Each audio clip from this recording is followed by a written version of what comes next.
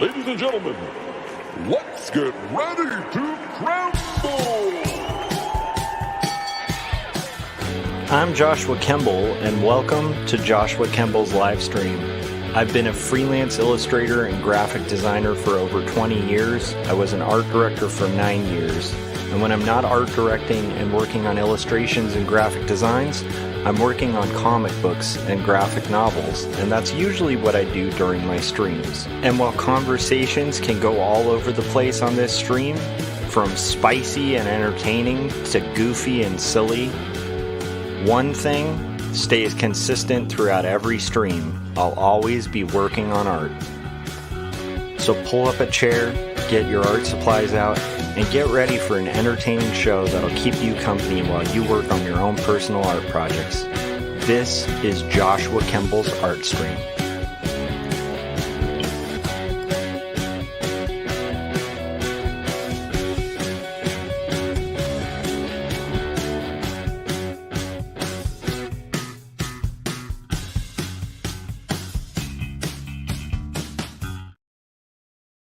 All right. Let's see here. Let me take this off.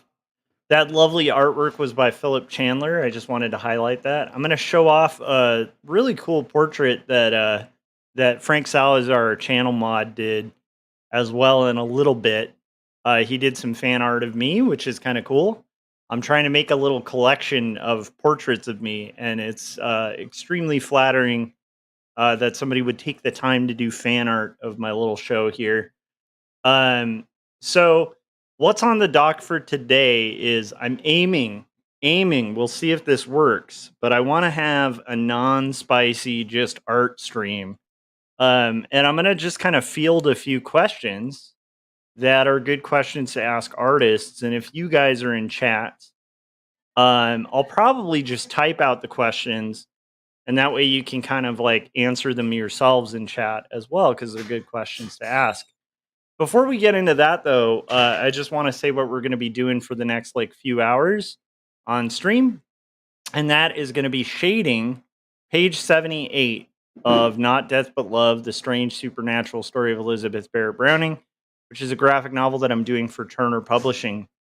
For those of you who don't know, too, I recently left my career as an art director. And so I am alternating comic pages kind of between tasks. So I'm planning on basically doing the shading for this page, then taking a break and taking care of some necessary stuff around the house. There's a drawer I need to fix. There's a bell on our patio that I need to fix.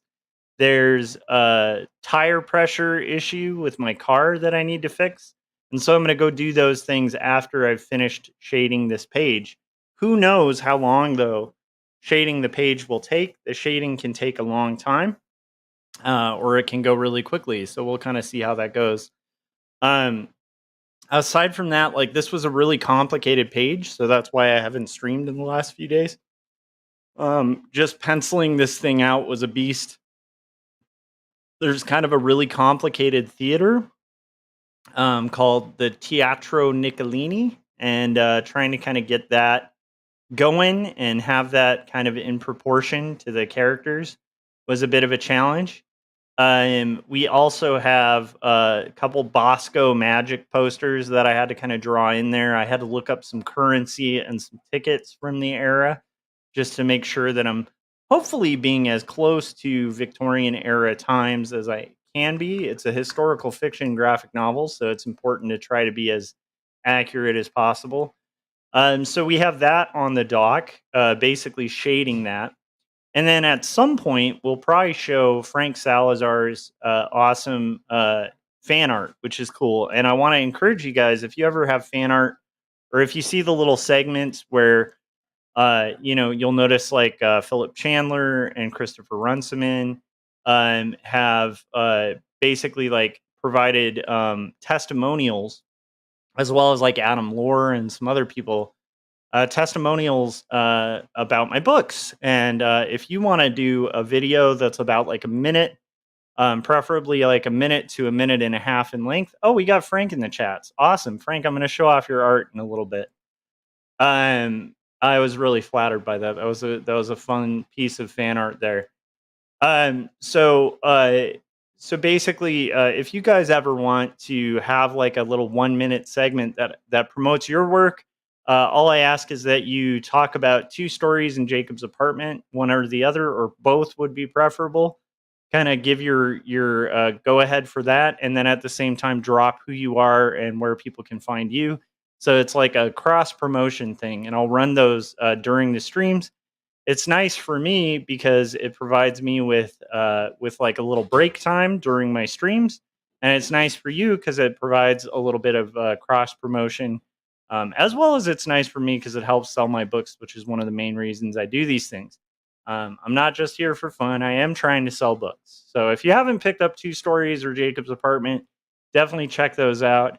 And again, today we're going to aim for a nonpartisan stream. So, try to avoid politically heavy topics in the chats.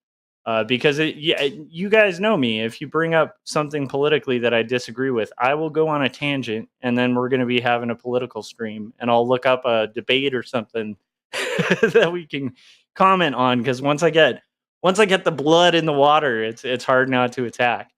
Um, so anyhow, so we're not gonna do a political stream today. We're just gonna do art. We're just gonna work on comics like friends, right? Okay. So anyhow, we have let's get to our art cam, and then we'll kind of get into it. And I have some really interesting questions again as we go through here. We're gonna go through a range of a few questions. I looked up some good questions to ask an artist about their work. I'm going to answer them, but I encourage you guys to participate and think about these things as well in chat, and it's going to be kind of like a fun little thing. Nice. RSC Arts Ralph Contreras said, "Whoa, I'm finally around for a live stream. I love it. Welcome, Ralph." Um, so anyhow, so what I'm planning on doing is this is a little bit different for our show, but what I'm gonna do is I'm gonna put a question in chat for you guys to kind of consider, and basically nice. Landon said, "Hey dude, dang, I can't block you on your own stream." that's a that's a joke because Gibran Redinger's stream I was on a couple days ago, the Artcasters After Hours that he's doing with Jeff Lafferty. So if you're a fan of Jeff Lafferty and the OG Artcasters, just know they're doing a lot of streams now on Gibran's channel, which is really fun to see them back and working on comics. But anyhow, Landon accidentally banned me in the chats, and it was hilarious because like both Gibran and Jeff were like, "Dude, just hop on stream." Like that's anyhow. They thought it was hilarious. For a while, I was trying to encourage them to give Landon grief just as a joke, like I was really mad or something. But I understood that Landon was saying it was a problem. It was an accident. It wasn't a big deal. Sure, it was, Landon. Sure, I believe you. Anyhow, but for those of you in the chat that are artists, this should be really fun. So we're going to be answering some art questions, and I encourage you guys to participate. And it'll give you a chance to also promote your art and what you're working on as well as think about what you're doing artistically.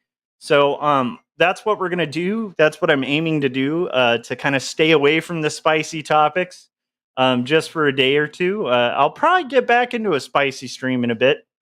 Frank said, "Landon blocked you?" LOL. It was pretty classic. It was a really funny episode. I encourage you guys to check that out on Gibran's channel. It was a lot of fun hanging out with those guys. They're a real inspiration to me. Just the amount of awesome work they're doing, and I mean, as you guys know, like Jeff is undeniably one of the best artists, like talent wise, in our community. I would say hands down. So it's always an honor and fun to hang out with those guys, and they're very funny. Anyhow, so we're gonna go ahead and drop a question in the chats. I encourage you guys to participate in it, and I'm gonna work on comics, and you guys can work on comics and or your own personal work, and we can kind of go ahead and see what we think about these questions. So I'll drop one question in the chat. I'm gonna just call it one, And you guys consider this, okay? So the question is, I'll just read my own. Where are you from, and how does that affect your work? So we're gonna think about that, but right now we're gonna get into our drawing stream.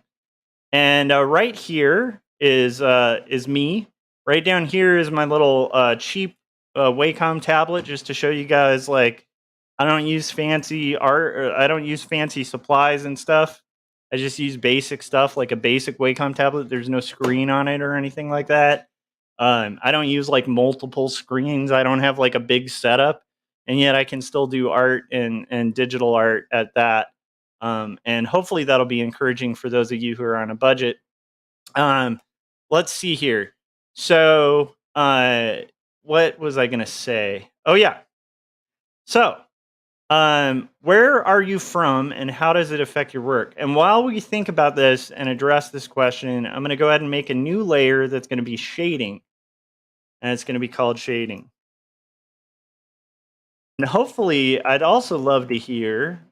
This is a side question. What are you guys working on while listening to this stream? One of my favorite things about doing these live streams is that we have a pretty active art community with people who are often working pretty hard on stuff. So we already have an answer. Frank said, "I'm from Texas, therefore all my characters wear cowboy hats." I'm gonna give an attempt to sincerely answer this. So, I grew up in the area I live now, Lancaster, California. I went to a really um, rigidly weird religious school because my mom taught there when I was a kid.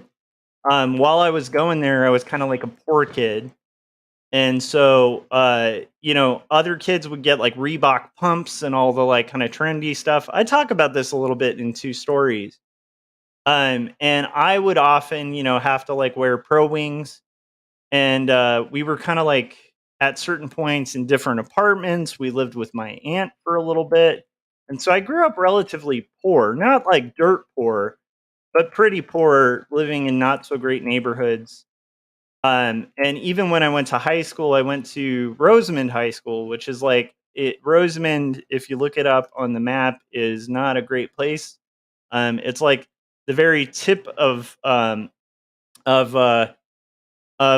Kern County, which is like Bakersfield and stuff like that. And if you ever see Kern County on the map, you're usually reading stories about like methamphetamine labs.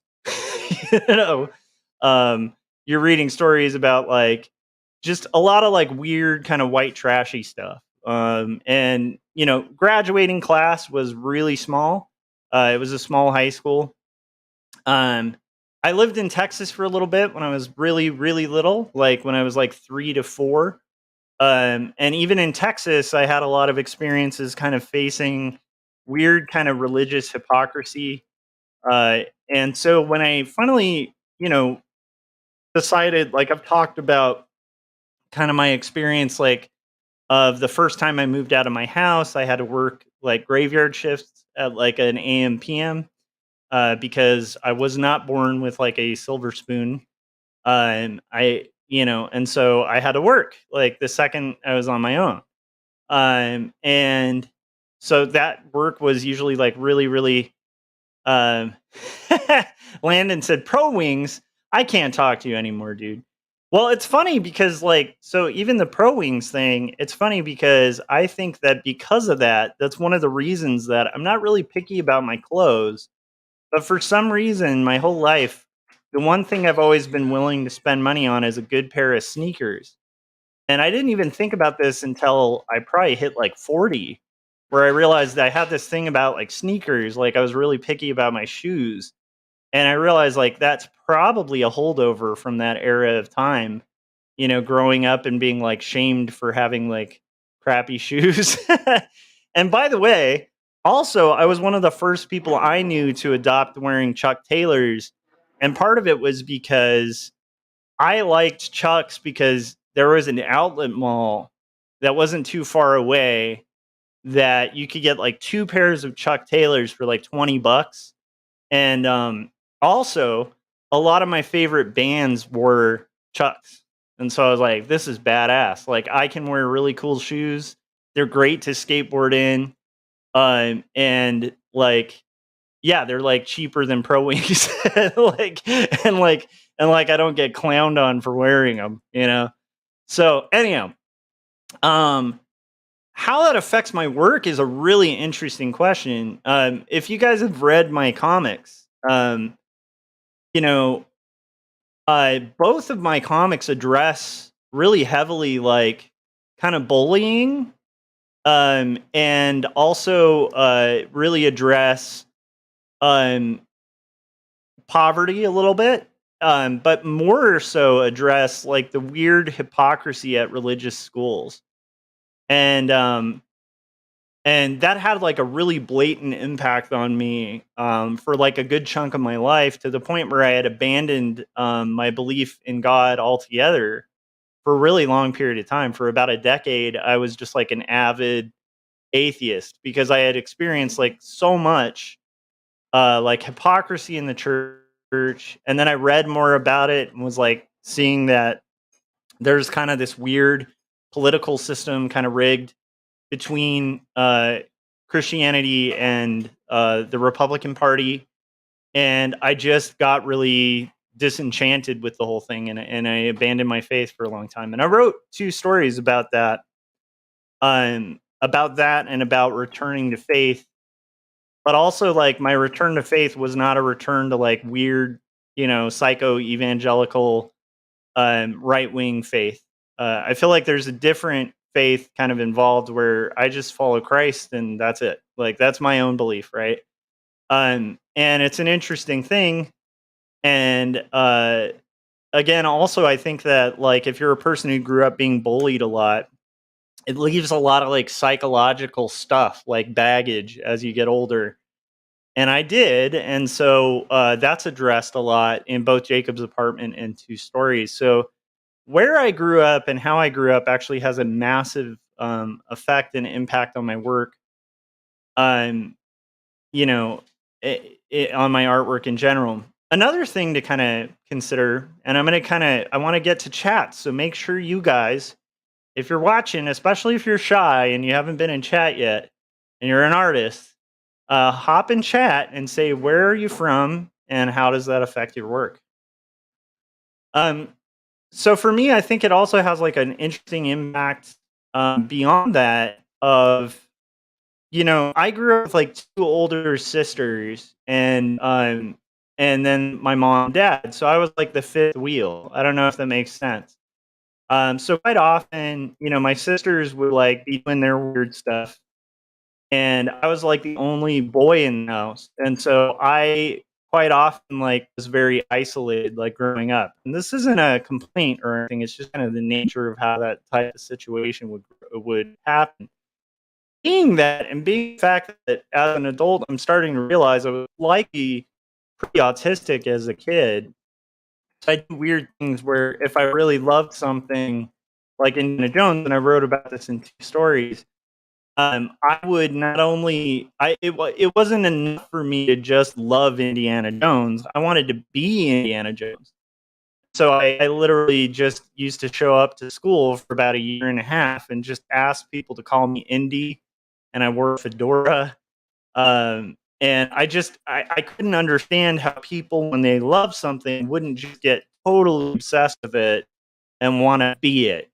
Um, Now, this actually has a massive impact on my art because when I was isolated and stuff like that, um, my friend was art. Like, I used to draw on just giant sheets of paper, and I've talked about this in 2 stories, where I would just stay up late at night and I would invent these maps of like theme parks and rides that didn't exist, and like created this whole kind of alternate reality, with comics and comic book characters. I had like a whole empire that I was creating in my head.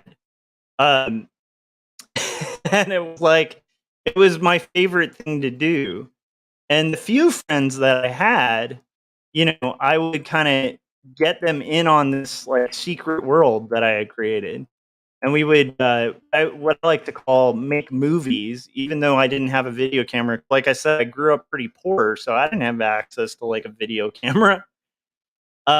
We would just basically almost like practice like crafting stories, because what we would do, and I was really rigid about this. Again, I never really connected this with potential autism at the time, but it kind of makes a lot of sense in the context of autism, where I would, part of why I had trouble making friends is if I had a game, I would want to play it a specific way, where I would be like, okay, here's the plot, here's the beginning, middle, and end, and then we're just gonna kind of play our way through it. So we're these characters, we're gonna go through this plot, we're gonna experience it, but we know the beginning, middle, and end. And thinking about it, that part of me also has a massive impact on the fact that I think that as a kid, my real desire was to tell stories. And I didn't have a way of doing that early on. So my way of doing that was even on playground games, where to me, the games were never interesting unless we were actually acting out stories like physically. And so the few really close friends I had, because a lot of people were really turned off by that, because most kids on the playground just want to like run around and goof around, whereas I'm like, okay, you're a vampire, I'm a cop, right? Like we're here's the backstory. Here's like what we're driven and motivated by. Okay, here's what's gonna happen with the vampire and the cop, like mid story, and then here's how it's gonna end. It's gonna end with like maybe the cop becomes a vampire cop or something like that, and then we play it out. Like most kids weren't cool with that. They're just like, dude, can we just go on the slide and like dig in dirt and do stupid things, with no objective? And I'm like, no, there needs to be a reason and objective. Um, so anyhow, my really close friends, I had a few really, really good friends. One of them was Jake, and I write about him in two stories, who actually would join me in this like secret world that I had built, and they would build part of it with me. And so I write about that a lot in two stories as well, because that was one of my early experiences dealing with creativity. But I think that poverty, isolation, and just being kind of an outcast and not being like a kid who was like good at sports or good at a lot of things. I was really good at academics, but other than that, like it's like the one thing that I could do that like my sisters couldn't do, that like friends of mine couldn't do, was draw. And that was like my secret power. The other escape I had was reading comic books, which was not cool at the time that I got into reading comics. I know the image boom was like huge across the world, but keep in mind, I was living in this like weird kind of desert town that had like nothing. And so, even in this weird desert town, even though there was a bit of an image boom, and yeah, you could have like an issue of Spawn, in junior high, you could have that like on campus and kids wouldn't tease you about it. They'd be like, oh, that's pretty cool.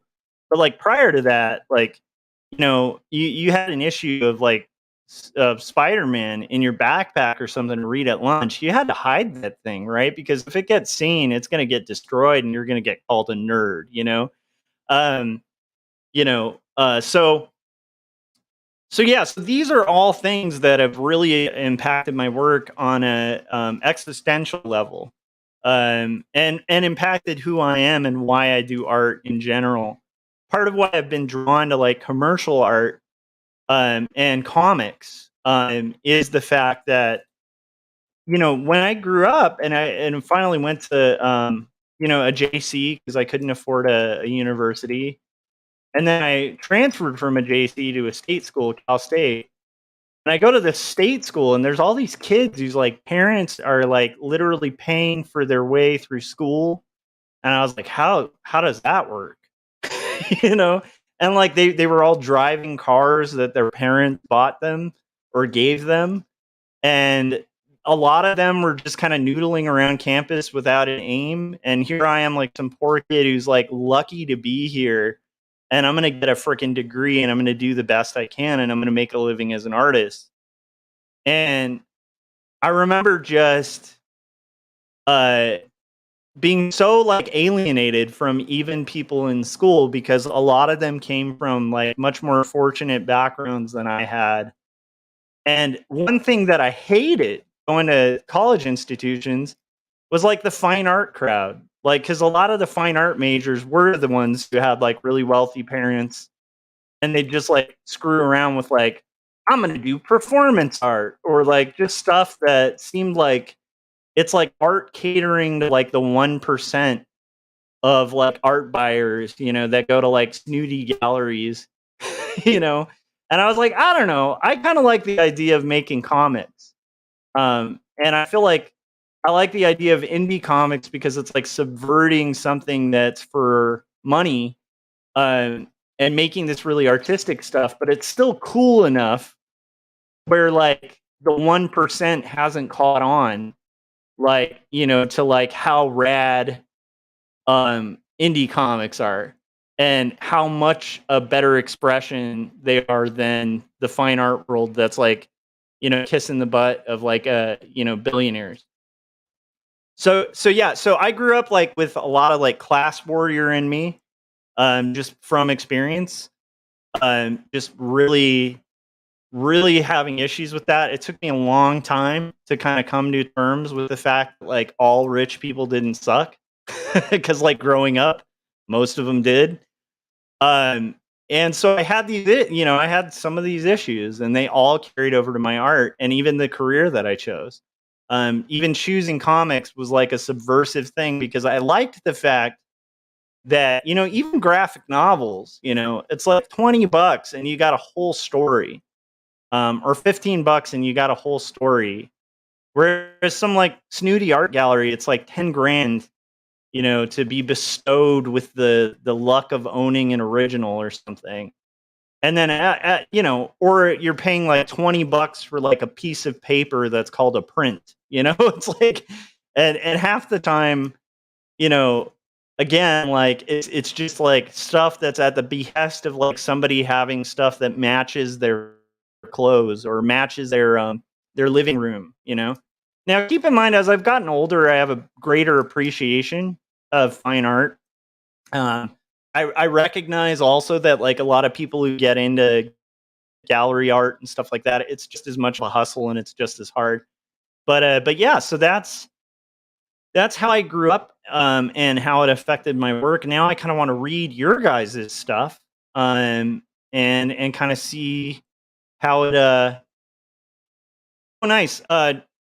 Frank said, "Did you ever play TTRPGs, games like Dungeons and Dragons? They are great for acting out your character and building the world." So here's the thing: because I was going to a psycho religious school with a bunch of rich kids, um, back then, the Satanic Panic was in full swing, and so I wasn't allowed to play Dungeons and Dragons, but I did play Dungeons and Dragons, and I remember this thrill. Like when I got into junior high, I finally transferred out of that school to a middle school in Rosemond, and I finally met some other nerds, because I read fantasy novels and stuff like that. Um, but for some reason, like Dungeons and Dragons, like if I had that in my house, I would have been like annihilated by my parents, like because it was the devil's. And so I remember one night, talking to some friends about like Monty Python and um, like a lot of like fantasy stuff at the time. I had just read through like all of Douglas Adams' books at the time. And so I made this group of friends that like really liked Douglas Adams and Monty Python and fantasy. And they invited me over for like a night of playing Dungeons and Dragons. And I remember that night, it was extra cool playing Dungeons and Dragons because I literally thought, when I play this, there's going to be a portal opened to hell and it's going to take my soul. And so there was this extra like fear, and my friends kind of tease me about it, but it's like you'd have to have been there in the 80s. I guess now, since the Satanic Panic's kind of back in full swing, maybe it makes sense again, you know. But it is one of those things you really have to have been in that culture at the time, you know, where you're like when I went to a religious school, we used to watch videos, like these VHS tapes that would show like satanic rituals and stuff that happened, you know, and of course it's all like produced to just BS. And when you look into it as an adult, it's like all fiction, like that this weird kind of right wing version of Christianity made. But at the time, they used to show like, you know, like kids, like they had videos, VHS tapes where there's like two kids and they're like, "Hey, let's do Ouija board and play Dungeons and Dragons." And then like the parent would come by and be like, "You guys need to be careful with that. It's going to open a portal to hell." And they'd be like, "Ah, whatever, mom." And then they'd start playing and like Baphomet would just appear out of nowhere, and like suddenly like 5 minutes later they're like sacrificing their friend on an altar to Satan. And it was like that's what happened, and it's like a PSA for what Dungeons and Dragons would do to you. um and so keep in mind I had that like embedded in my childhood brain because we watched these videos in like second grade. And so it's like, you know, second, third, fourth, like every year we watch these like be careful about the evils of role playing. And like we hear about how He-Man's evil and all this crap. And then finally, like, you know, when you first watch He-Man, it felt like, oh my gosh, I'm gonna lose my soul to the devil from watching this. When I first listened to, you know, AC/DC, I was like, oh my gosh, am I gonna like when I play this record, is it gonna take my soul? It's an interesting, unique feeling. But yeah, I did end up getting into D&D, but I had to hide it as a secret from my parents. I remember one time they asked me, like, have you guys been doing, I know your friends role play, you haven't been role playing with them. And I had to be like, no, not at all. Like, of course I would not role play. And then I'd go over to their house and it'd be like, you know, yeah, we'd role play all night. Again, I have this secret feeling in the back of my soul, like I'm gonna lose my soul, which got me into heavy metal actually, and then heavy metal got me into punk rock. So really, honestly, it is almost like the fundamentalist, uh, over censorious culture that kind of got me heavily into role playing and heavy metal, and then punk rock. Like I almost wonder. I was joking with friends that I've considered reverse engineering that for my son and just putting like a stack of albums in the corner that are like rad rock and roll in the corner of the house and be like, "Hey Ben, just as you're walking around, everything in this house is cool to like listen to, play with, do whatever, but this corner, do not touch these albums because they will open a portal to hell. Demons will come out and take your soul." Okay. Everything else is free. I've thought about like recreating it for him because it made punk rock and metal like really exciting, as well as high fantasy books. I just felt like I was getting away with something every time I'd read, you know, a high fantasy book. So anyhow, that's a little bit about my childhood and what got me into it. Now let's get into chat, and I'm gonna kind of peruse these, but also I got to keep drawing too. Okay. Lawrence said, Arizona, not sure how it affects my work other than I was exposed at a younger age in comic shops, movie theaters, bookstores, etc. Nice. Awesome.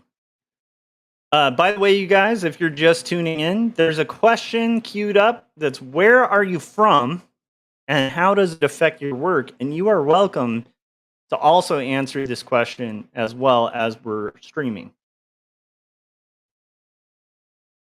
Frank said, I'll answer sincerely. My location doesn't always influence my work directly, but sometimes I'll add small references and Easter eggs to people I know. My faith has more of an influence on my work. And he said, but I do have some very few stories where it's not something I'd promote as faith based. Got it. Okay, let's go ahead and shade the rest of this. And then I'll get to the rest of the comments in the chat. Thanks to everybody, by the way, who is tuning in. I hope you guys are having a good day. The plan today, if you're a fan of my spicy streams, the plan is to do low spice. Low spice. We're just, we've had a lot of spicy food lately on the channel.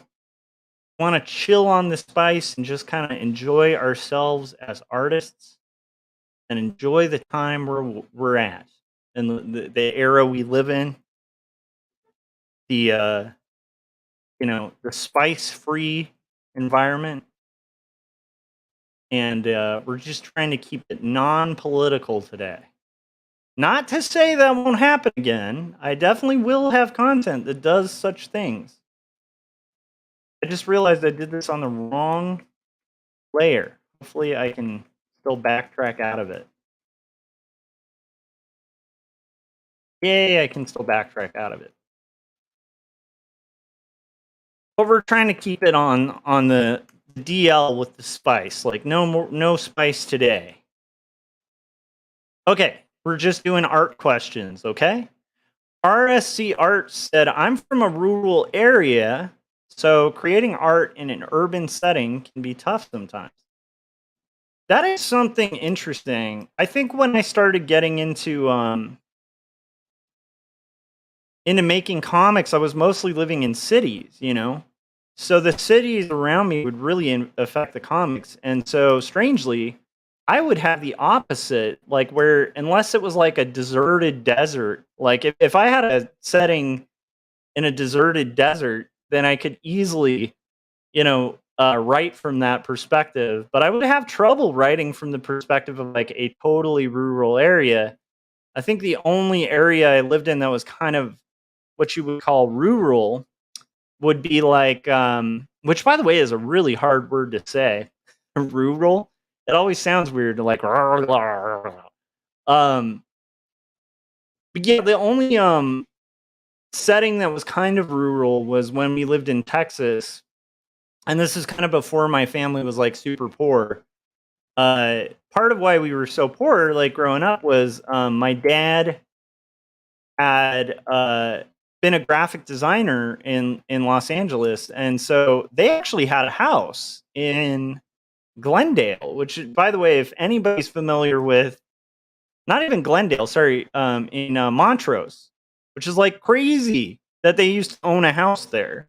And my dad had a little studio set up there for his graphic design. He was a member of the Chamber of Commerce and stuff, so they were pretty well to do. We moved to Texas so my dad could work in an executive position at like a print company called Moody Printing. And then by the time my family just realized like Texas was not for them. We lived near Fort Worth, like right on the edge of Fort Worth, and that was very rural. We used to have neighbors that had like horses, and we lived on a lake, and it was pretty cool. My grandpa used to live in a little trailer next to our house, and every morning my grandpa would like fish for catfish in the lake. And so some of my earliest memories from when I was like 3 are like going out on the patio and there's just catfish flapping around on the dock by the lake. And so this is back when we were doing pretty good. And when we decided, my family was really weirded out by Texas. So about, when I was about 5 or 6, I think it was on like my 6th birthday that we moved back to California.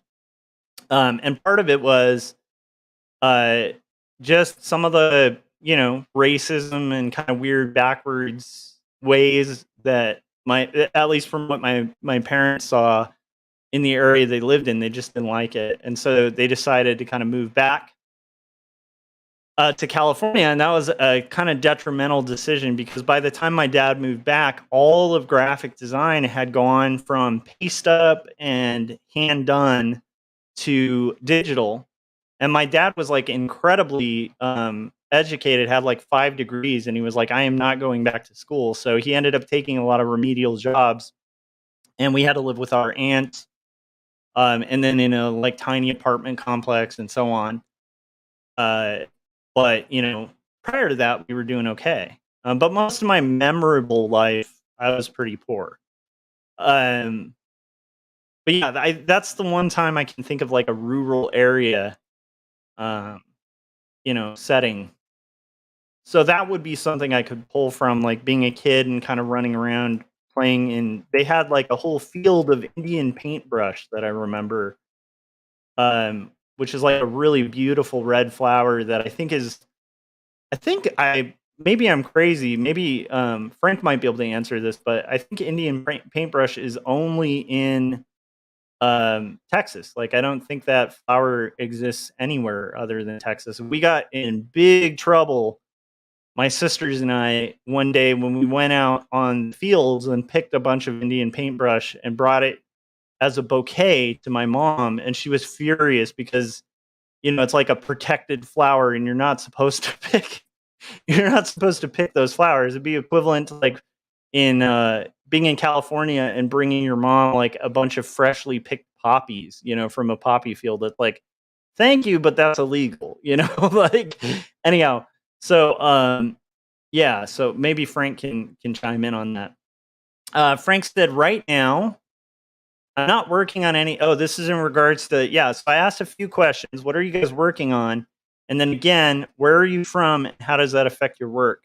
And trust me, I will get to your chats. If you want to prioritize a chat in the meantime, feel free to super chat. You don't have to, but if you do super chat, I will prioritize super chats and get to them quicker. Otherwise, I'm just kind of going in order of comments as they come.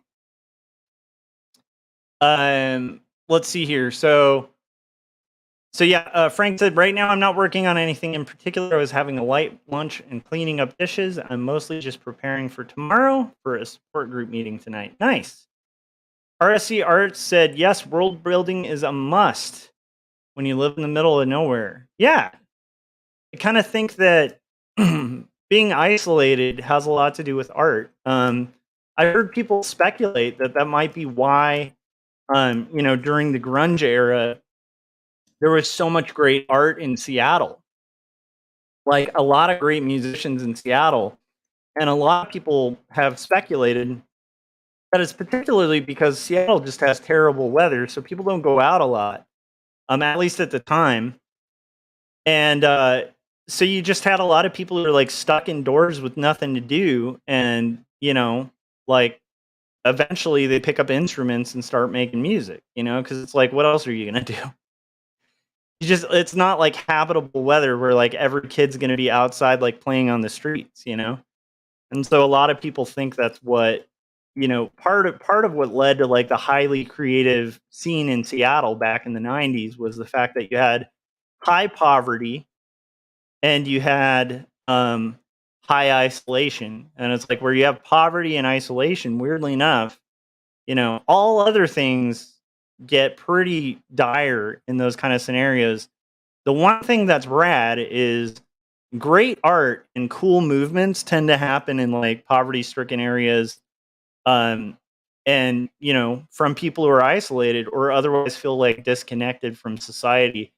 And only until what they do catches on, it's pretty amazing what they're making, and then eventually it gets kind of co-opted by smarmy like yuppies, and then it becomes normalized and kind of less fresh until it cycles through that cycle of art again.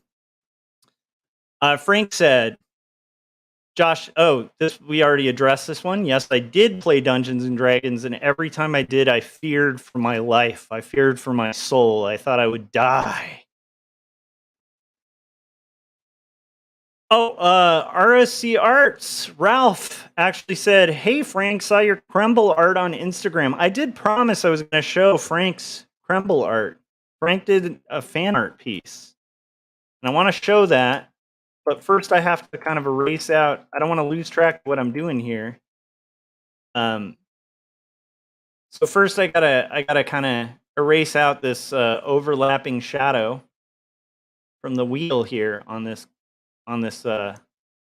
here carriage. Now this here carriage has a wheel on it, and we're gonna get rid of the wheel. I have some vivid memories from Texas. When I lived there, there was a kid. This is just a sign of the times, I guess. There was a weird kid in like our kindergarten class who, just to impress other kids, it's so weird to think about now because it's like I feel bad for this kid, but to impress other kids, he used to like headbutt a there's like a tree trunk, like just on the recess thing, and it was a giant tree, but it had been cut down, so it was just the stub or whatever. I'm blanking out on what that's called, but anyhow, it was like a tree trunk but cut off. I know there's a word for it. I'm blanking out on it. Anyhow, he used to like gather all the kids around in the playground and then just headbutt the tree trunk to break off parts of it, and everybody was like, "Wow, this is kindergarten." Um, I remember we used to use that tree trunk. Uh, Everybody would bring GI Joes, and it was like a perfect fortress on the playground. I also remember that they had honeysuckle on the playground, and so if you were so inclined, you could kind of like steal some honeysuckle, and it actually tasted like honey. It was kind of weird, but it's weird to think of like a bunch of kids on a playground eating strange plants and headbutting tree trunks. And what's even weirder is there was another kid who was like an older kid. I think he was like I don't know why he was there. I think he was like a junior high kid. And this was like an elementary school. So I'm guessing he was like a volunteer or something. But anyhow, he was always on the playground and stuff, but he had a magnifying glass and he used to show off like, "Hey, look at this," and like burn ants and like start fires, little fires. And one day he lit that tree trunk on fire and there was like a fire drill and he got like suspended from school for like half a year. I also remember having to do Texas reports and learning that Texas, like in Texas, at least back then, I'm in kindergarten and they're telling us why Texas should have seceded and like why the Texan flag should always fly higher than the American flag. And very like pro Texas. We learned all about, the Alamo and like the righteous cause um, of um, the like with a Bowie knife, you got like basically all this stuff like the Alamo and Bowie knives and how great Texas is. Uh, and also, I do remember, and this is weird to me that like other people, I've met Texans who don't know this. Maybe they didn't live in Fort Worth area. There used to be bullet holes in all the stop signs, especially in the letter O. And there was a real problem with stop signs getting taken because people would grab a stop sign and then like put it in their garage. There was like this whole hobby in Texas of people like I think collecting license plates and like signs. And so like I remember there was like a warning that went out in our district where they were saying like, there's going to be a specific fine for all these people stealing stop signs. Um and gun racks. Gun racks were a big thing in cars around that area too. Yeah, anyhow, that's some vivid memories of that time. Okay, let's show Frank Salazar's art. Frank, are you ready? I gotta catch up with chat too, guys. I gotta catch up. Let me scroll down real quick and make sure I'm not missing any super chats. Oh my goodness. We got Jim Luhan giving a super chat. I love it. Let me see where I'm at so I don't lose place. Okay, I'm at RSC Arts statement earlier. Jim Luhan gave a super chat, so he gets priority. He said, "My name is Josh, and I am obsessed with Creed the band. You have to read that." Thank you, Jim, for the super chat. I did have to read that. That's the rule. That's the rule. Okay, back to... Thank you for the super chat, Jim. RSC Art said, "Saw your Kremble art on Instagram." Okay, should we say where we're at and show the Kremble art? Let's do it. Let's show the Kremble art from Frank Salazar. So I'm going to go here, and I already have it loaded up. Are you ready for amazing beauty and epicness? Here it is. Ladies and gentlemen, Tremble before the Kremble. Isn't that amazing? That's Frank Salazar's fan art of me. I feel like he caught my likeness pretty well. He definitely got the creases here from my years of rage and anger.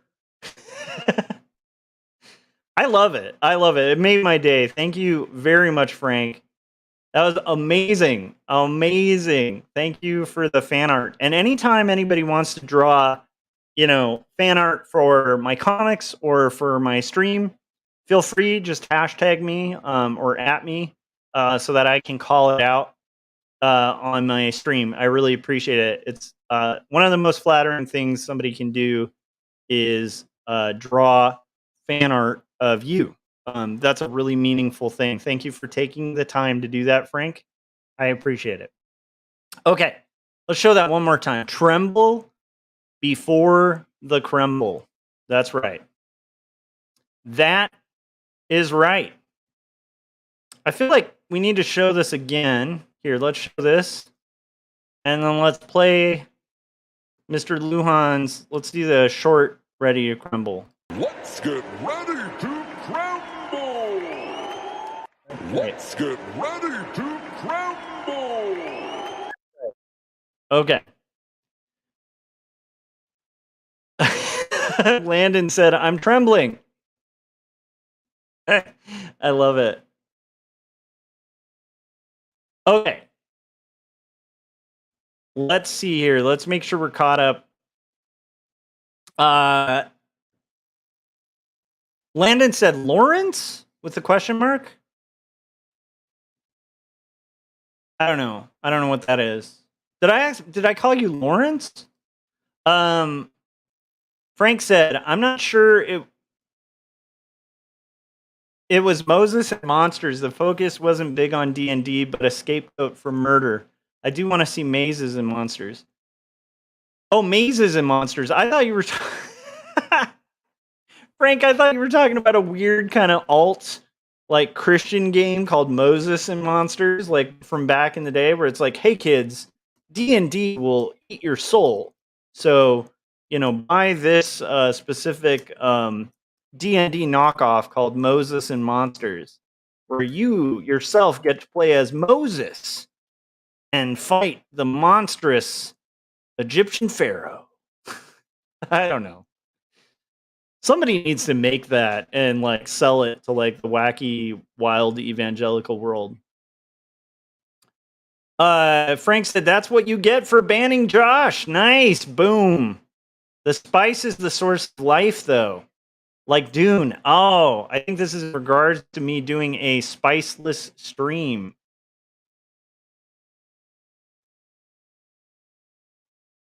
I absolutely love it. Okay. Frank said, today you are Lawrence. It sounds like a Scooby-Doo. Rural Shaggy. Rural does sound Scooby-Doo-ish. This is regards to that. Jim said, hey, Texas called and they want to talk to your manager. Nice. I did trash Texas the other day, but it was in result. Okay, here's the thing I will tell you guys about anyone from California. And Jim, tell me if I'm wrong about this. Dude, anyone from LA is going to crap talk LA, right? We're going to crap talk California as a state. I'll even talk crap about like anybody in California. If you want to really talk crap about California, we're going to have like the Northern California versus Southern California thing. I don't know a Californian in the world who's not going to do that. But if you come at California and you live in a different state, just be prepared, man. Be prepared for Californians to get real defensive and offensive about California, bringing up statistics like we are the number one economy in the United States of America, that most southern states are actually subsidized by my state. So if you're a southern state and you hate Californians, cool, stop taking my tax money. Anyhow, Yeah, we're the highest economy in all of the US. Don't come to a Californian if you're not a Californian and talk too much smack about California because they will get defensive. At least I do as a Californian, and I know a lot of Californians will get the same way where it's like, "Oh yeah, we'll smack talk California, no problem." But it still is like easily like the best state in the union. Like it is easily like the best state to live in. Um, maybe New York could make a claim for better greatness, but it's a hard mantle to pull because we are the number one economy in the United States. We could be our own country. There's a lot of states that like pretend they could secede and be fine. No, no, no. California is one of the few that could actually be fine. Like weirdly enough, we have the biggest defense industry here. We have space shuttles. We have basically like as much space tech as like Houston and stuff like that. And at the same time, like we have the entertainment industry. We are the best state. Take that for spice. If somebody asked for spice, there's your spice. Okay, so uh, Frank said there are other Indian paintbrushes that can be found under. Oh, nice. Under Castilleja SPP. I don't know what that is, but Indivisa is the only native to Texas, Oklahoma, Arkansas, and Louisiana. Cool. So I did remember that, but I guess it's not only Texas. The blue bonnet is like the state flower, right? Yeah, it's protected. I thought the blue bonnet was the state flower. Maybe I'm crazy. Kind of can't remember that. Boxing King said these aren't YouTube comments. What aren't YouTube comments? Let's see. My name is Josh, and I'm obsessed. Oh, I already read that. There you go. For getting a super chat, I read it twice. My name is Josh, and I'm obsessed with Creed the band. Can you take me higher? Okay. That was for you, Jim. Boxing King said they are chat comments. And then Boxing King said, I don't see them. Oh, interesting. And then Boxing King, I've been reading the chats, and he said, I heard what he read, and no YouTube comments said that. I don't know. It might be on my end. I think it's on your end. Oh, you're talking about the one question. I have one question. I'm just asking an artist a question initially. Jimmy came in and said stomp. I don't know what that means, but thank you. I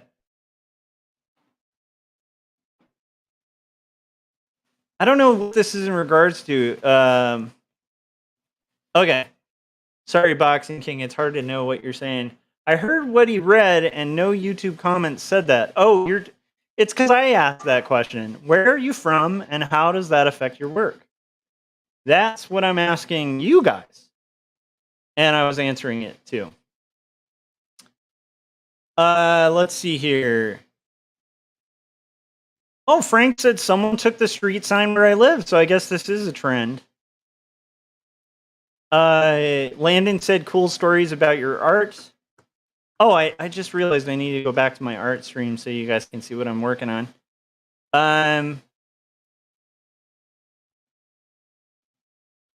Boxing King asked if I was Italian. I am not Italian, but thank you.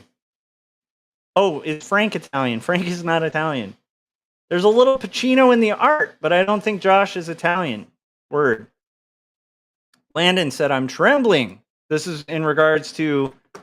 Let's go back to this and highlight Frank Salazar's great fan art. Are you trembling? Are you not trembling? Are you not trembling? Let's get ready to crumble! Okay.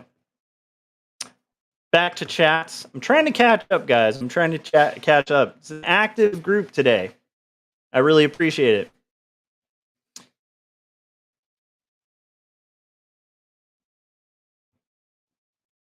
Okay, Frank said, Tremble before the Kremble reads like a wrestling intro like that too. I like it. Frank said, Moses and Monsters is my next comic. It needs to be. It should be done like a chick tract. But it's like, hey kids, do you want a safe alternative to the evil satanic voices in D&D that will steal your soul and children? Moses and Monsters. Break tablets. Melt golden calves. It'll be like come on, it has to happen. I can't believe that hasn't happened yet. Like a cash grab off the satanic panic of the 80s. Landon said, yes, earlier you called me Lawrence, like Lawrence of Arabia. Well, if it was like Lawrence of Arabia, I would have called you Orance. Isn't that what they call him? They call him Orance, not Lawrence. I'm Landon of Arizona, not Lawrence. Well, I'm going to cite what Frank said. Let's just call that we're even Steven now for the banning on Gibran's channel. Ralph Contreras said, I need to play Moses and Monsters. You guys, I have to know now, what would this look like? I guess like Golden Calf would be like one of the villains. It could be a golden calf. You could have all the plagues, right, that plagued Europe. You could have, dude, actually that's doable as an RPG. You could have the Angel of Death. You could have the Pharaoh for sure as a character. You could have all the firstborn. I mean, how metal can you get than like killing all of the firstborn in Egypt? I'm telling you, it could happen. It could be done. This needs to happen, guys. Moses and Monsters.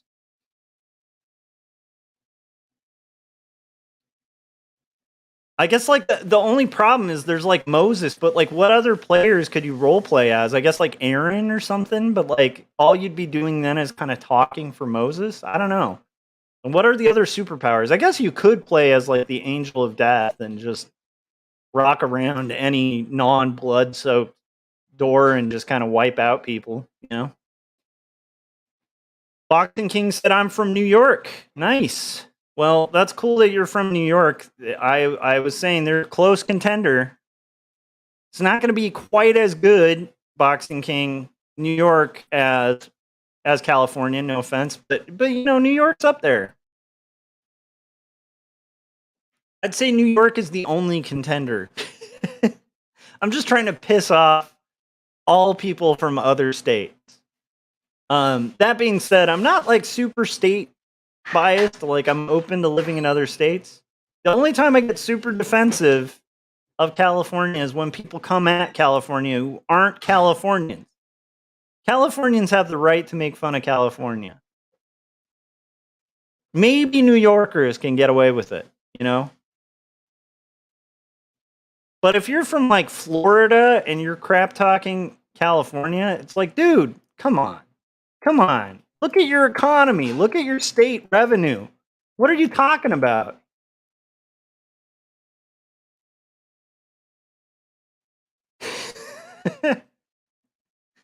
I speak from California. I know what I'm saying.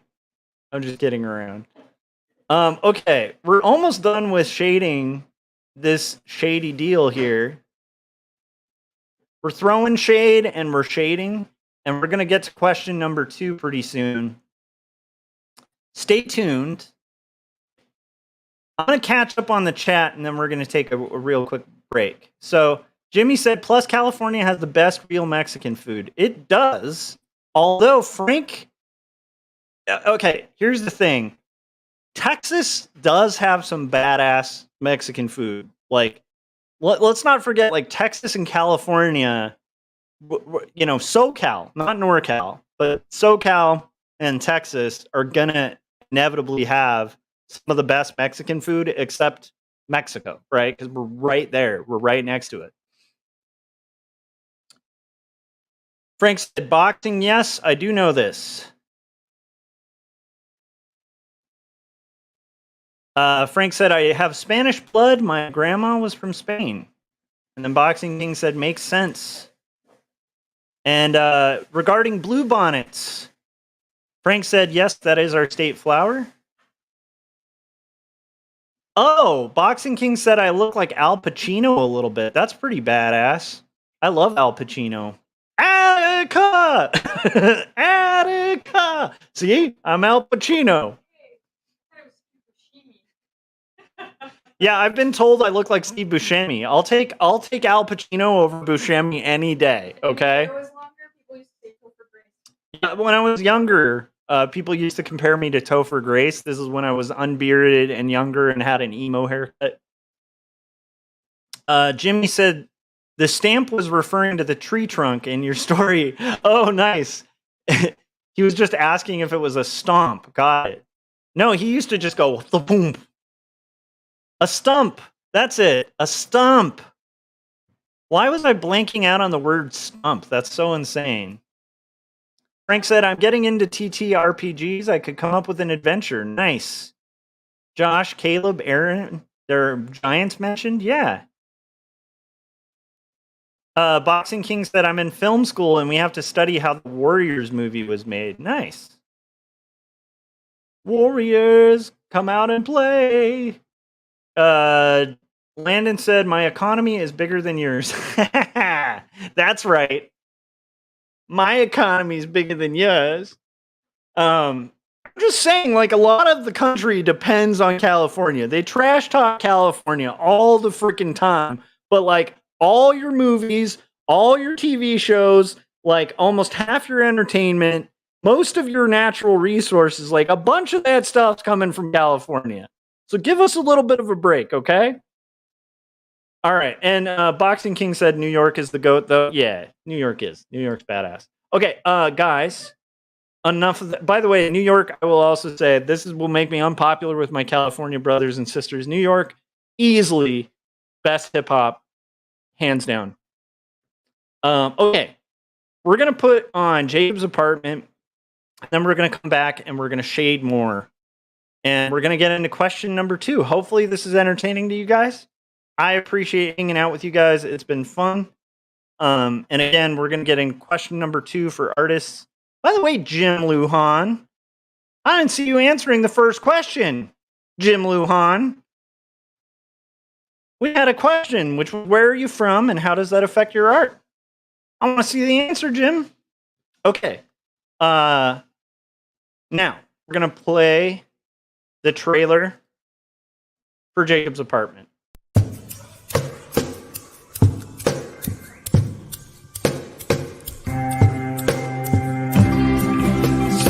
Clearly it seems that only in dreams can we be these things we've seen and walk around breathing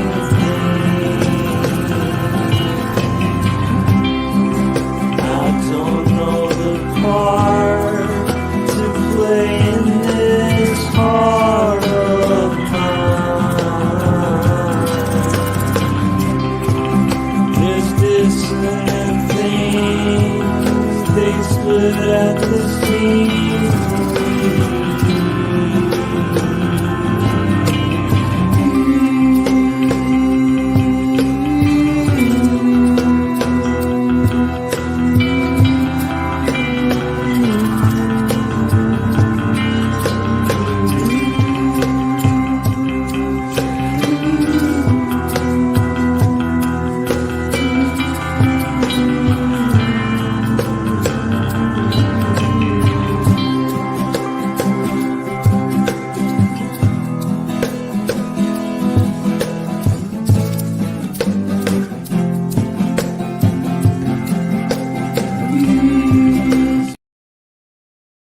All right, welcome back to Joshua Kemble Livestream, episode 296. We are working on shading page 78 of Not Death But Love, the Strange Supernatural Story of Elizabeth Barrett Browning. We're doing a non-spicy stream. Today we're doing a non-political, just kind of hang out, talk art, and hopefully we can all behave and do that, including myself. I'm a guilty party. I got my Sunny Day Real Estate shirt on today, representing. And we're asking questions of artists. We're asking questions of artists in chat. So I'm going to be fielding these questions. I just thought they'd be interesting content. And I want to hear your guys' answers as well. I'm going to be typing the questions into the chat for you guys to answer as well. So it's like a participatory thing. And we're going to go ahead and shade, and then we'll get into the next question. So what I want to do here is just go ahead and finish shading this panel, and then we'll get into the next question. And I am always curious what you guys are working on. So feel free to talk about that and shout out what you're doing in the chats, because this whole thing, this whole channel really is just kind of a hangout where we're doing art together and hopefully inspiring each other. I said that with a lisp for fun, but we're going to be inspirational for all of you. Okay? This is a crazy graphic novel that I'm working on. It's let's see, we're on page 78. We have pages, let's see here. Let me look at it. We have roughs for pages, let me look at my roughs. We have roughs all the way up to page 86. And this is going to be a 200 pager. This is like a beast. It's a beast that I've taken on for Turner Publishing.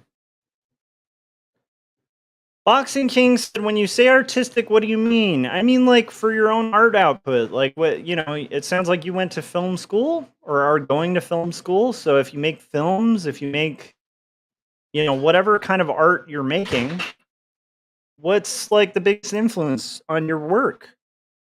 That's kind of what I would think with that question. We'll read it in a second, though. I want to finish shading this panel first, and then we'll get into that question and read all of your guys' answers, and we'll kind of see where things go from there. We're an hour into the stream, which is pretty exciting. Right now, I am shading the Teatro Niccolini. I guess that might also explain why I was being asked if I was Italian. Because the sequence that we're working on does take place in Italy. This is a historical fiction story about Elizabeth and Robert Barrett Browning, the English poets. And they had a place in Italy called Casa Guidi. And Robert and Elizabeth have just had an argument about Robert kind of having a blow up at a seance artist named Daniel Douglas Home, who they had as a guest at their house. Elizabeth and him had an argument over it.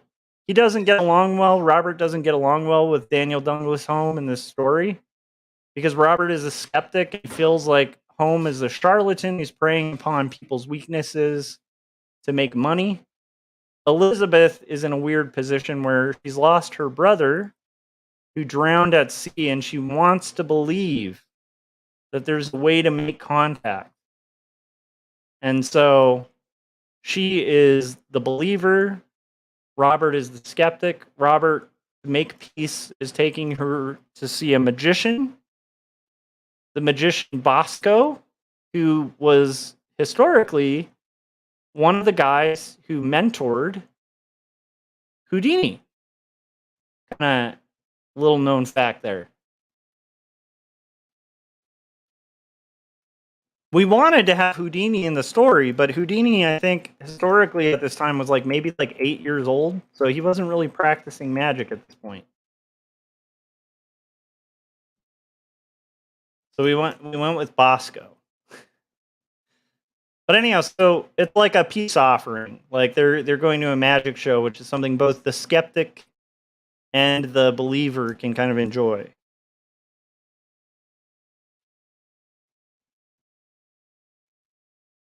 Okay. So here we go. Question number 2. Oh wait, we're not going to read it yet. We can't read it.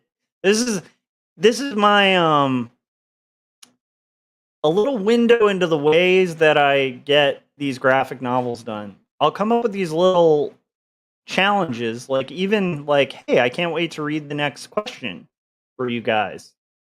But I can't do that until I finish shading this panel. And these kind of little like micro targets and these little like self-made goals, you know, where you're like, oh, I can't do this until I finish panel 1, that kind of stuff, that will get you through a graphic novel if you're stubborn about it.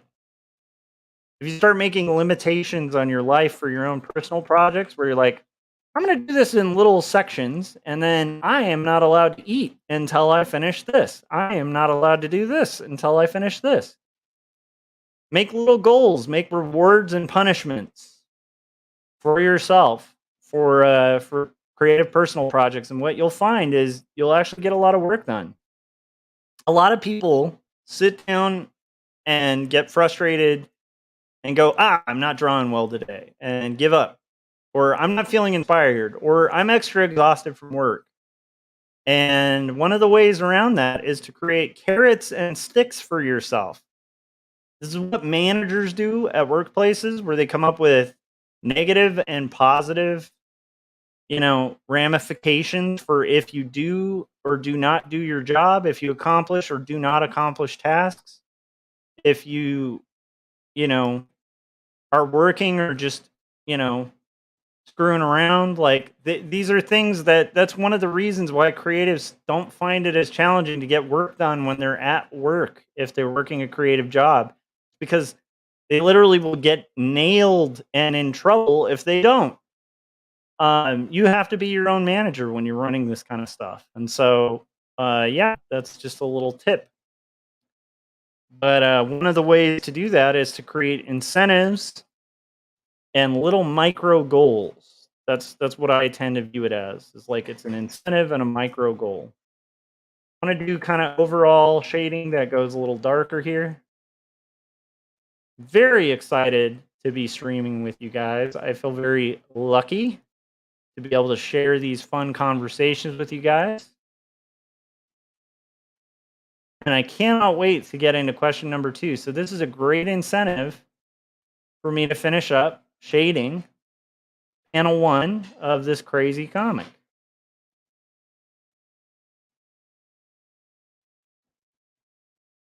I'm trying to create a little bit of atmosphere here. And so I'm doing like a wash of gray, but with, you know, a pencil. And then I'm kind of erasing it out in areas that I'd like to highlight, that I've already bothered to shade.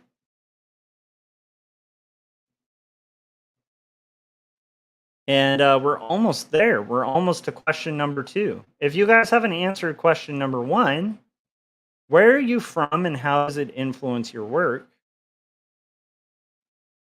Feel free to also chime in on that in the chats. It makes for a really interesting conversation, and I would love to hear it.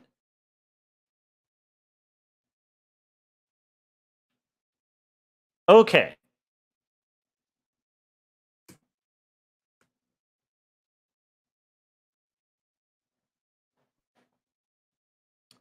So now what I'm going to do is I'm going to merge. I've done these all on quite a lot of layers. And so I want to merge this all. So I'm going to merge visible. And I don't know why, but there is the sound of a police siren. And that's an interesting thing. There's a sound of a police siren in the background. Maybe there's police nearby. Who knows? I'm going to call this layer shading. And I'm going to save it, and we have finished, I believe. Well, we haven't really fully finished, because I want to get these little details here too. Now's where I want to get just a little bit more detail. But we're close to being able to ask question number 2, and I'm really excited to get into it. I have also asked the chats what you guys are working on, what you're currently working on. There's a dove that made its little house, made a nest, like right, like at the front of our house. There's like a beam that's like brick. It's like one of the supports for the house. There's also like a fly in the house, which is really annoying. But anyhow, so this this bird found this nice little nook kind of between the roof and the beam, and has made a nest there and is roosting like a little dove that's like roosting on our porch, if that's the term. It's just like chilling, like sitting on its eggs in its nest, and it's been doing that for about a week, and it's kind of awesome. It's been pretty rad to see. Okay, let's get into interesting questions. Number 2, who are your biggest artistic influences? I'm pretty sure there's going to be some really interesting answers to this. So while I answer it, we'll get into some interesting stuff. Before I answer it, though, I need to get a refill of my coffee. And we're going to get into toning panel 2. So while I get a refill of my coffee, let's watch Wordzoid by Mr. Jim Lujan, the amazing trailer and animation by him. And here it is. Here is Wordzoid. Well, Peter, since I'm such a big music fan, I'm going to have to go with Karen Carpenter. Oh, Stu, I'm sorry. That's the incorrect answer. Trish, what you got for us? I'm going to go with Kim Gordon. All right, let's check that answer. Kim Gordon. Do we have a Kim Gordon? Yes, and that means you're our new Wordzoid champion, Trish. Dale, tell Trish what she's won. Trish, you've won a copy of 2 stories, a memoir of faith and mental illness. Handwritten, hand-drawn, and handed to you by artist and writer Joshua Kemble. But wait, that's not all. You've also won a copy of Jacob's Apartment, the story of a doomed romance. What happens when you take eternal sunshine out of the spotless mind and put it in a blender with Ghost World? You get Jacob's Apartment, written and illustrated by Joshua Kemble. Trish, thank you for playing Wordzoid. All right, great job, Trish. I was told I was going to get a lifetime supply of paper towels. So, okay, just recapping, we're kind of going through some basic questions for artists that I'm going to answer, and you guys can answer in the chats as well. Hopefully it'll help us to think about our work and have really interesting conversations, and maybe even see crossover and overlap where we have commonalities. So we'll have to kind of see if that's the case. Okay, so artistic influences is always a hard one to answer, but we're going to kind of get into it. And again, as I'm answering these, if you want to highlight something in particular, feel free to send in a super chat. It would be muchly appreciated. Mr. Lujan super chatted before and had me say that Creed was the best band ever, something to that effect. And I appreciate the super chat. That's awesome. It will help pay for my coffee today. So I really appreciate that. So to me, the earliest influence that I can think of is probably a little milquetoast to mention, because I think it would be a common one. Charles Schulz. Charles Schulz was probably one of the first artists that did comics that made me familiar with comics, and that's the Peanuts, right? There was something about Peanuts and like initially the animations I think I was introduced to before like the newspaper comics. And in retrospect, it's like funny because I think every cartoonist goes through a phase where they start getting into like superhero stuff and then indie stuff, and they almost forget about Peanuts. That is an excellent comic. It's just like it's a great story. The characters are kind of perfect. I think it was a couple years back where I started doing the exercise of breaking down most sitcoms and realizing that the formula for almost every sitcom known to man is just a rehash of Peanuts.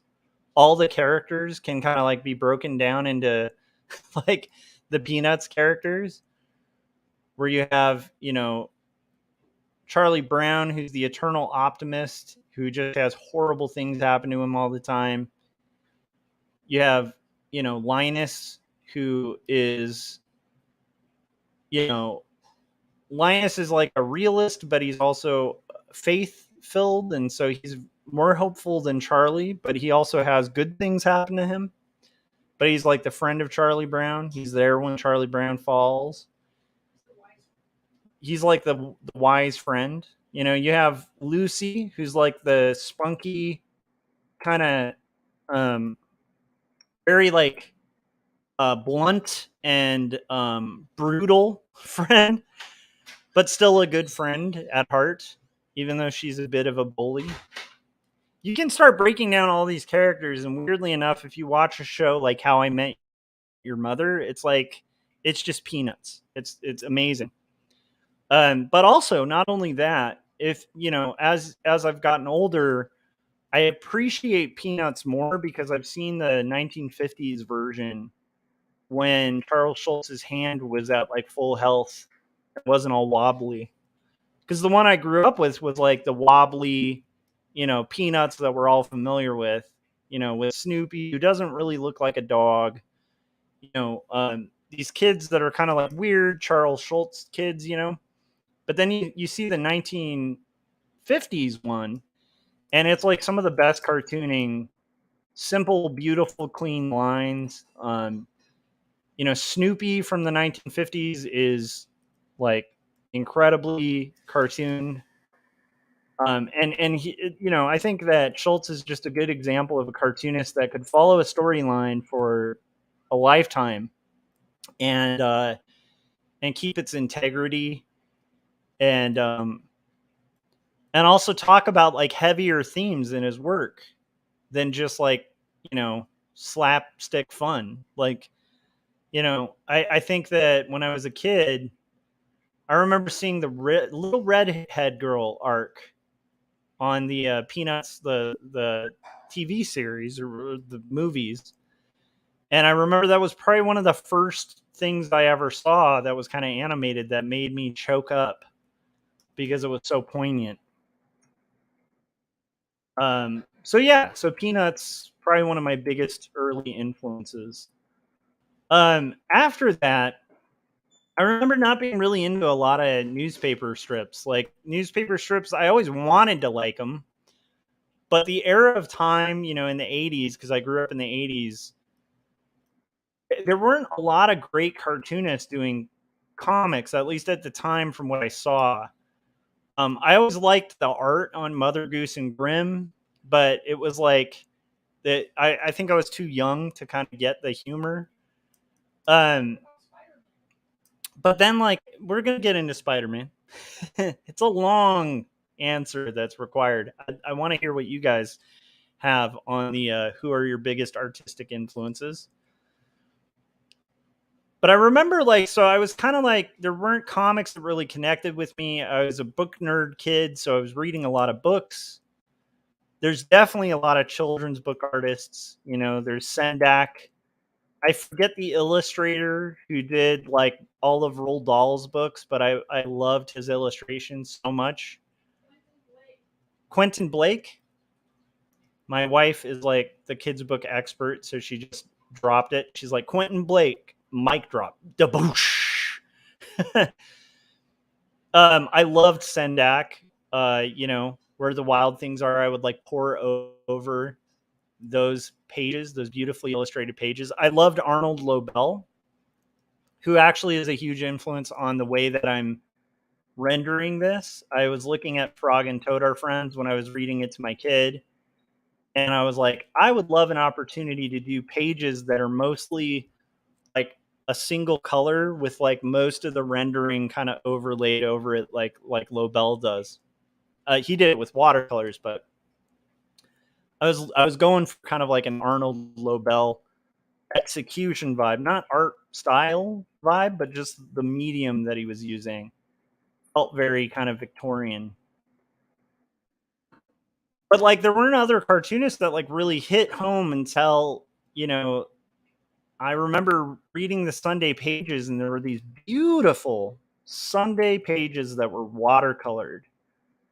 And I was like, who is this and what is this? It was cool. It had like dinosaurs and like a space guy like fighting the dinosaurs. And then suddenly I like looked at the name and it was Bill Watterson. And I fell in love with Watterson and Calvin and Hobbes. And Calvin and Hobbes was probably like the first time that when I was drawing, I was trying to draw like in that style. I was like fascinated. I just thought it was the coolest thing ever. It spoke to me as a kid. As a kid who escaped through imagination, Calvin was just like this character that like resonated real heavy with me because he had just this wild imagination. It was funny. It was poignant. It was incredibly drawn, and it was doing things that I'd never seen Sunday comics do. Now, as I've gotten older, I've started to see a lot of the influences on Bill Watterson. And so of course, as like a, kid in like second grade or like first grade, it's like, you don't know about like, Crazy Cat and like all that other stuff that like influenced Watterson. How would you? But it's like, this is a guy who was just redefining what could be done in comics and was a huge influence. After that, there was a comic called Spider-Man Adventures in Reading. Like I said, I was a book nerd, first. Let me see who did this art. I don't know if I've even looked into this.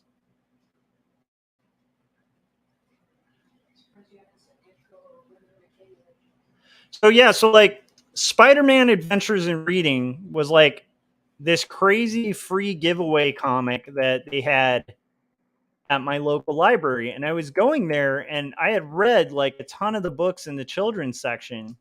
And I was like going there, I think, to check out the next Incognito Mosquito book. Because there was this series of books for kids called Incognito Mosquito about a detective mosquito. And it was like one of the funniest things when I was a kid. I was like obsessed with it. So I think I had like checked out the latest Incognito Mosquito. Maybe Amelia Bedelia. I don't know if you guys remember those. She was like a maid who would take everything literally.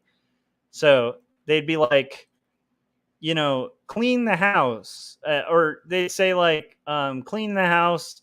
And whatever you do, like, or they'd say clean the house. And then maybe the kid walked by and they're like, oh, you're driving me up the wall. So then Amelia Bedelia is like, okay, I need to drive up the walls and clean the house. So she'd like take her car and like drive all over the house cleaning. And so then the family would come home and be like, what did you do? And she's like, you said drive up the wall and clean the house. So I did. And there were like tire marks everywhere.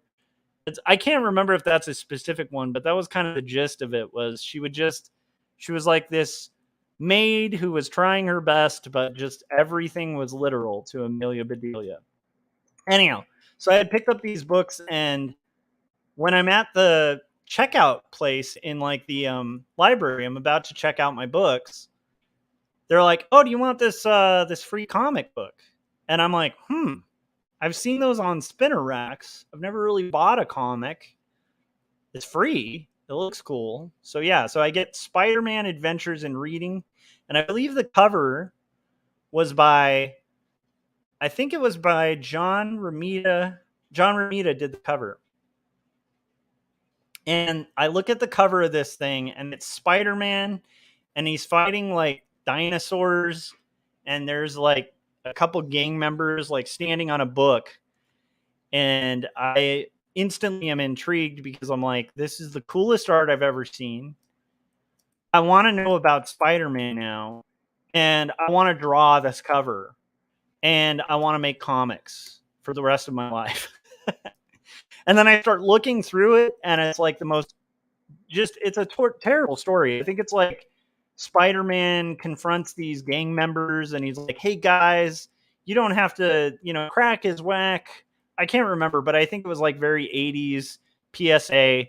But it's like, but what you can do, instead of being in like a street gang, is go on adventures and reading. And then I think Spider-Man has to like fight in all these different book scenarios where he's fighting dinosaurs and all these other characters.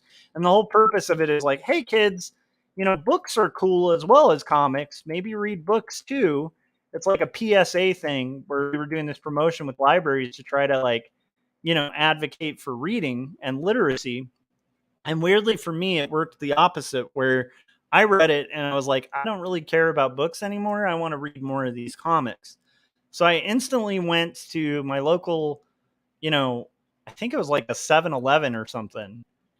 Or it might have been a Readmore. There was a bookstore called Readmore that used to have a spinner rack at it too. And I looked for the first Spider-Man thing I could see. And I end up picking up like Web of Spider-Man.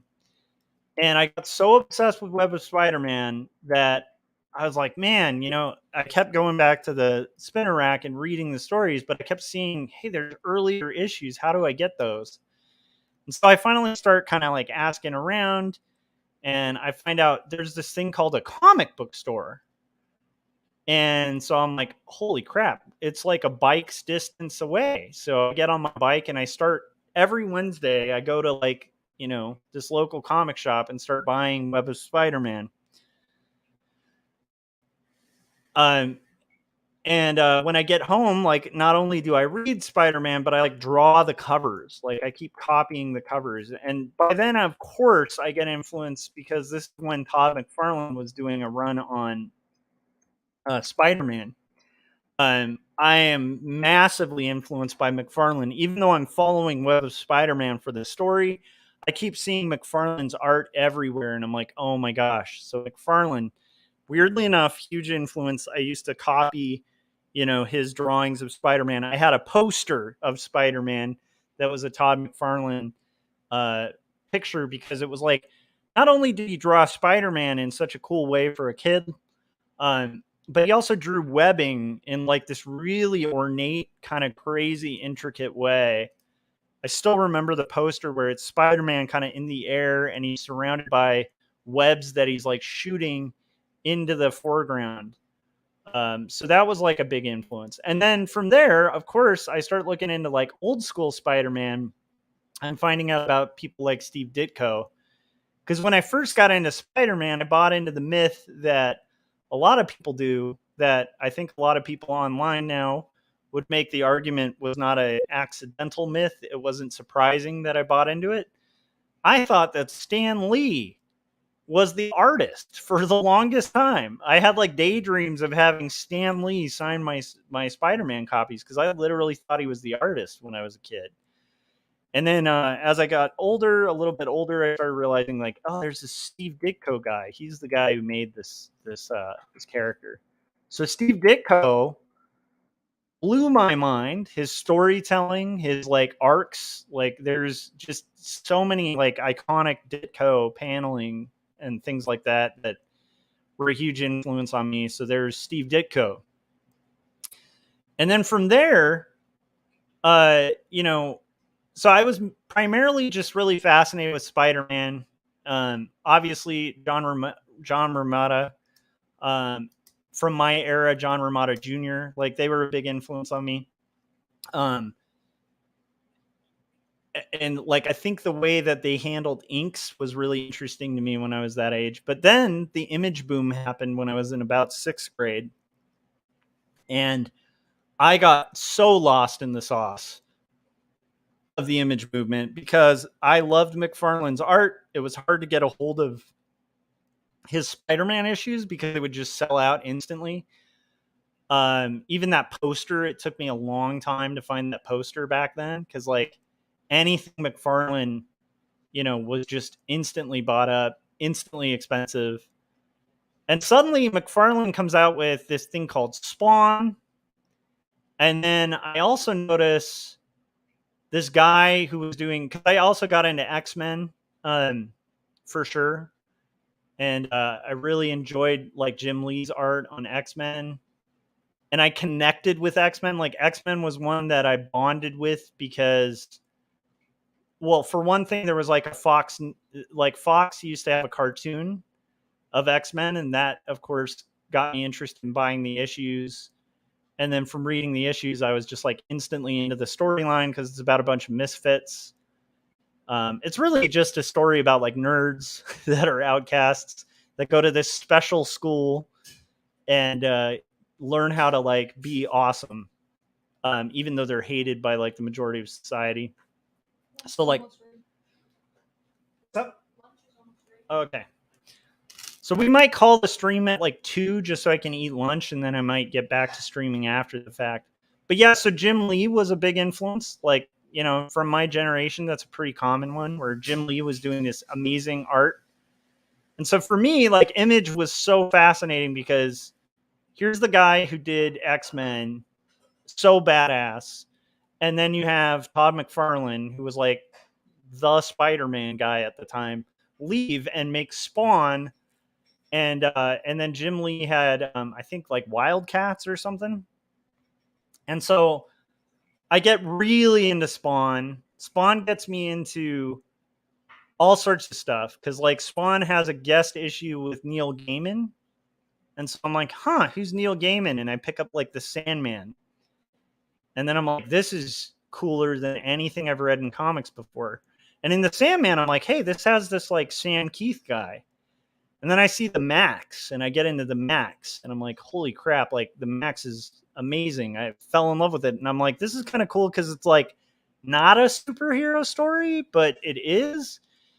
And then I get into Cerebrus by Dave Sim because Cerebrus was, like, a guest issue. And I forget to mention that I also had gotten into Bone by Jeff Smith, like, before the Image boom.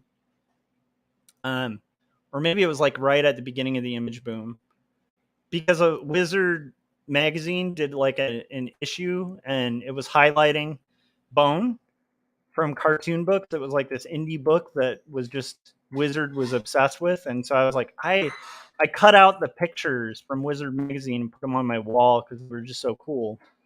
So I get really into Jeff Smith and Bone.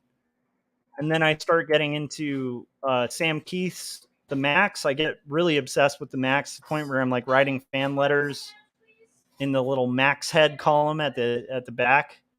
And I made some pen pals from it because they had like, this is back at pre-internet. They used to have pen pals in letters sections where Max heads could like exchange letters. I actually met my friend Leslie that way.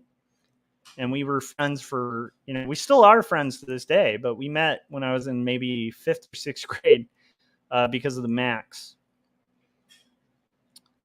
So then Sam Keith gets me into, and then I've got Neil Gaiman. I'm reading Neil Gaiman.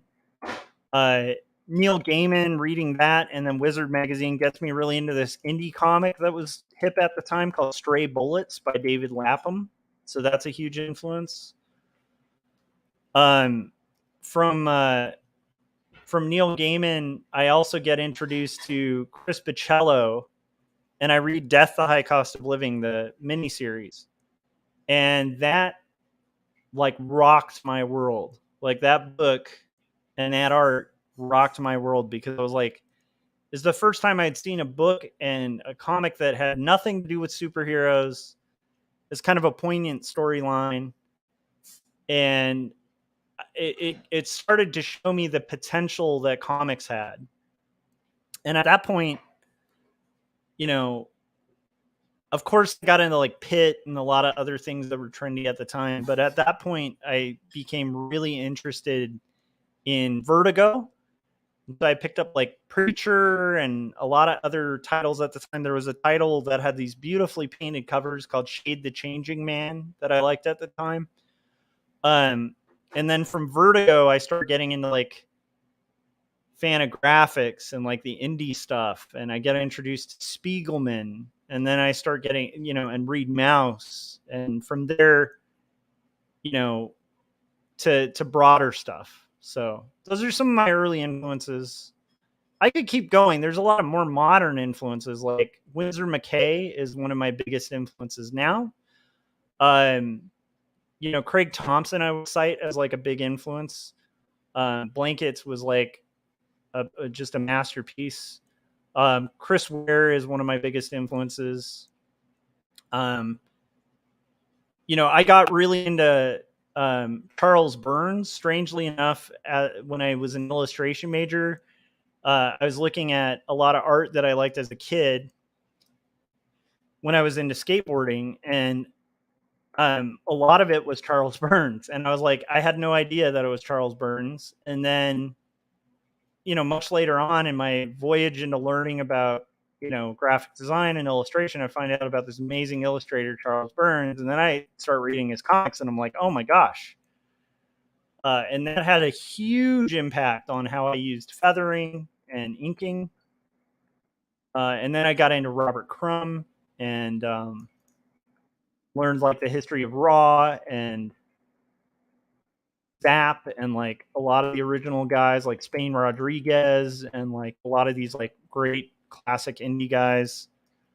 And they've kind of formed who I became. But a lot of what got me into indie comics, weirdly enough, was Spawn and Neil Gaiman. Neil Gaiman was like a gateway drug to amazing indie comics, and Alan Moore and Watchmen and stuff like that was something I discovered much later on. But of course, admire and was also equally a gateway. I also did get into Frank Miller's Sin City for sure. I even have like a signed Frank Miller Sin City. I think it's The Dame Who Wore Red, and it's signed by Frank Miller. I bought it when I first went to Colorado because I had a friend who lived in Boulder. And not a friend, I'm sorry, an uncle who lived in Boulder that I've talked to Jeff Lafferty, who lives in Boulder, about. He was like a hunter. And because I was such a comic nerd, Mile High Comics, like the second I went to Colorado for the first time, I was like, I have to go to Mile High Comics because every comic, at least in the early 90s, had like an ad with Mile High Comics, basically the world's biggest comic book store. And I had fantasized about this comic book shop. And so of course I made my parents drive to Mile High Comics when we went to Boulder. And I picked up Sin City there, signed by Frank Miller. But yeah, so anyhow, that was an interesting one. Now I kind of want to see what your guys' influences were. I'm kind of liking this, but it's feeling a little wobbly, the shading on this. So I kind of want to go in there and clarify a little bit on this page.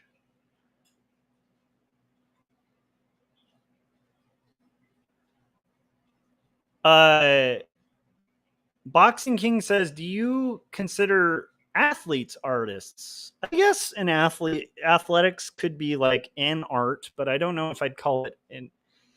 I guess that's not the kind of art I was necessarily meaning, but I think an athlete could be a big influence on your work.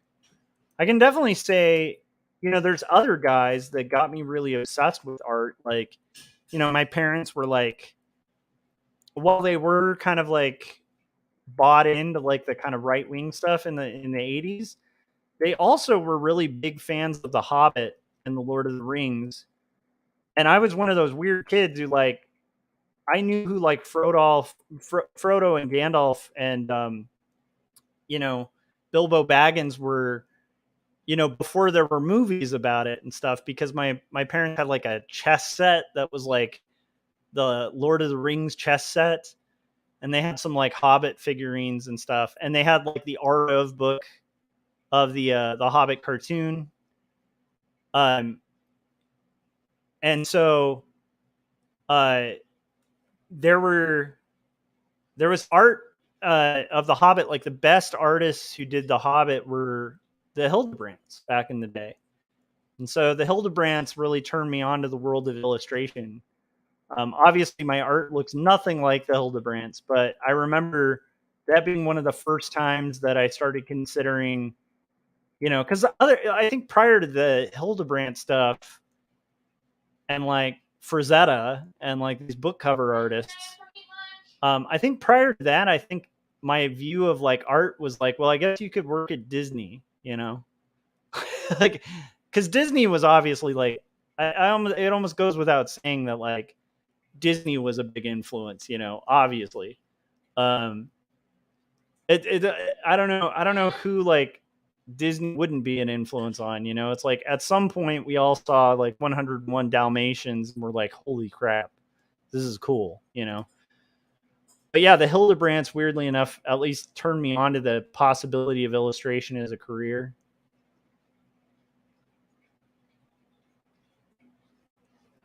So anyhow, that's a long litany of stuff. But there's so many artists now that are like influences that it's really hard to boil down the list. But I thought it would be fun to get a little biographical with it too.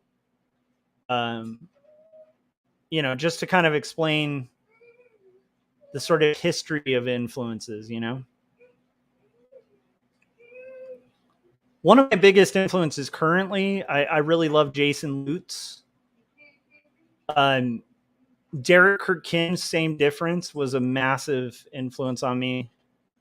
The writing and the kind of slice of life nature of that story were really big influences on me. Gene Yang, for sure, who we watched a kind of commentary of for writing, is definitely a big influence. Alison Bechdel, Fun Home, really blew my mind and made me reconsider autobiographical narrative.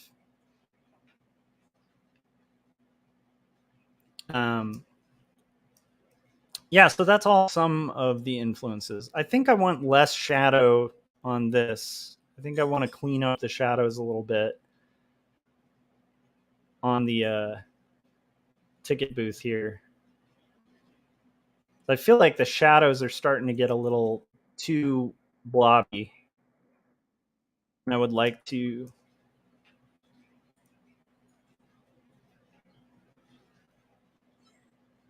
get them a little more structured. And obviously when we add in color, it's going to help a lot, but it doesn't hurt to have a little bit more structure to my shadows.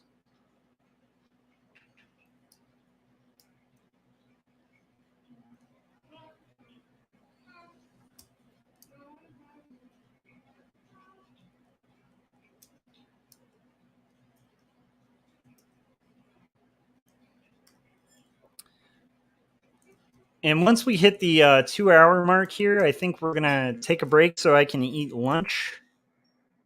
But I will be back streaming. So I want to make sure I get to everybody else's influences before I call it for this stream. We'll be streaming again pretty soon. I really appreciate you guys who showed up. It's very awesome. And it was fun, and we managed to do an entire stream that didn't get spicy.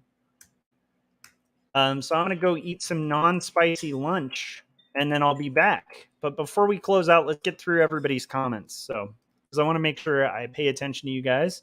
And also thank you guys for showing up. So I know Jim Lujan was here earlier. Thank you, Jim. Frank, much appreciated you coming in here. Let's show this off one more time. Frank Salazar did some fan art. And I really appreciate it. I very much appreciate it. So let's show this off. And let's put it on a side that's not being covered.